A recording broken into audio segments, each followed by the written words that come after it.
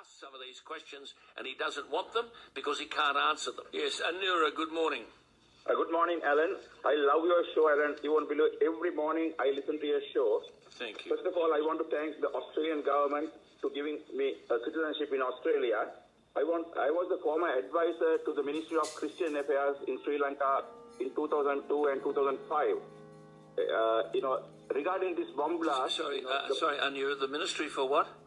Christian Affairs. I was the advisor to the Ministry of Christian Affairs. Right. Between 2002 and 2005. Right.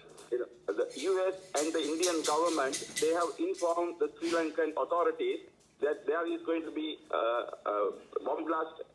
They are going to attack the Christian churches in Sri Lanka. The government, they haven't taken any action regarding this.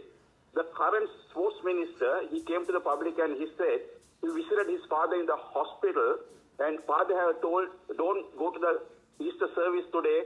There's going to be a bomb blast in that Colombo church. So they knew everybody, all the politicians. The current president and the prime minister, they have problems, each another. And president have told the Security Council not to tell anything to the prime minister. So we want an independent investigation to this matter, because the police is under the president. They will cover up everything. I have been living there. I'm a victim of a bomb blast. I have pain, Alan, Still I'm suffering from that bomb blast. Yeah. I am having... Anira, answer this question. Why would they ignore the intelligence advice that they'd been given? Yeah, the current president, he's another dictator. He don't listen to anybody. This is like Sirisena. Sirisena, yeah. He doesn't listen to anybody. He fired Wick Remasinga last October, didn't he? The Prime Minister. Correct. Yes, he fired. And then he appointed his own man, strong man, this Rajapaksa, and that bloke got into the parliament and then didn't have the numbers, as I understand. Correct. So Rajapaksa had to back down, and Wick Remasinga remains Prime Minister. But I mean, why would they have ignored the security advice that they were given? Yeah, that is a problem, Alan. In Sri Lanka, it's not like Australia. First of all, I want to thank Australian government. I don't mind paying every month $100 for the defense fund, This government, they got the information. This president, he don't care about the foreign countries, what they tell to our government. He thinks he knows everything, and he went to India during that time. When the bomb blast happened, he was in India. Then after that, he went to Singapore. He didn't come immediately to Sri Lanka. And this president completely ignored. He is a dictator. He don't take anybody's advice. He thinks he knows everything, Alan. And what I want, the Scotland Yard police to investigate this matter, because there were 35 foreigners killed. Two Australians. That's a very good point. And 300 innocent people, because I'm a Catholic. I have been to those churches because I have been looking after all the churches in Sri Lanka one time. So very innocent people got killed. And sports minister, he knew this. And he told the public, Okay. My father told me not to go to the Easter celebration mass at Kochikade in Colombo. Okay, Anura. Well, look, I do understand exactly what you're saying. Just rehashing that point that I made, this Sirisena, whom Anura commented upon. I mean, you had this ridiculous situation last year where the country had two prime ministers. This Sirisena is a dictator, there's no doubt about that. And Anura said he thinks he knows everything. He sacked the Prime Minister last October, this Wick Remasinga, and then appointed his own man, who was a former president and a sort of a big bully boy, Rajapaksa. And when it became clear that this Rajapaksa didn't have enough votes in Parliament to make him Prime Minister, Sirisena then dissolved the Parliament. This is the bit that Anura was talking about. Then there was a 2-month crisis which brought the country to a standstill, and there were clashes in the streets. Thousands of supporters from each side marched on the Parliament.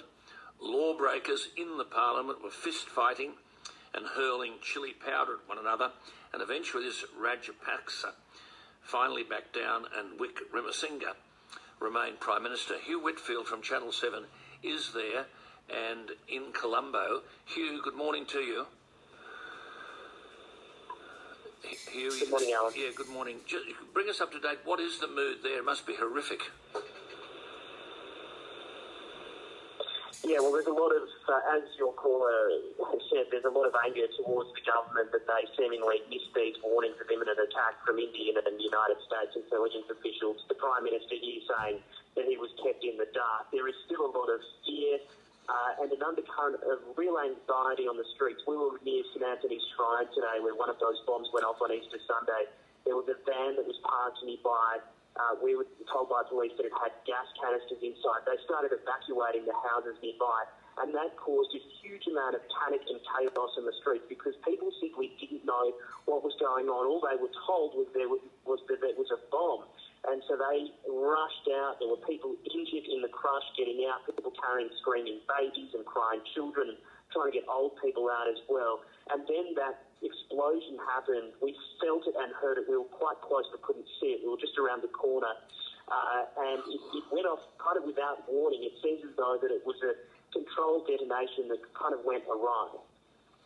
Hugh, are you safe? Yes, we are. But there is increased security across the capital here in Colombo. The streets are basically empty after dark because of this curfew that's in place, and there is increased security at hotels. But 3 of the big main Western hotels, like the Shangri-La, have been knocked out by this because of the bombs in their breakfast rooms, and that's where a lot of those tourists have been killed in breakfast rooms at these Western hotels. So this is a political issue, really, isn't it? I mean, the president, as you heard Anura say, was out of the country. I mean, this is the bloke Sirisena who runs the whole show. Rick Rimasinghe, the Prime Minister, said that no one gave him any advice about the security risks. So there's some serious breakdown in the political structure, isn't there? Yeah, and I think there's going to be a whole heap of buck passing as well. There was memorandums of some sort circulated among the intelligence community, but it seemingly didn't go anywhere and wasn't acted upon, and that allowed these suicide bombers, 6 of them, to target the churches and the hotels. And we're seeing pictures now of, they just had a backpack on their back. They didn't look like anybody else. Walked in with backpacks and blew themselves up. It was that simple. All right, Hugh, you stay safe, and thank you for your time. Good to talk to you. That's Hugh Whitfield from Channel 7 in Colombo. It's 28.5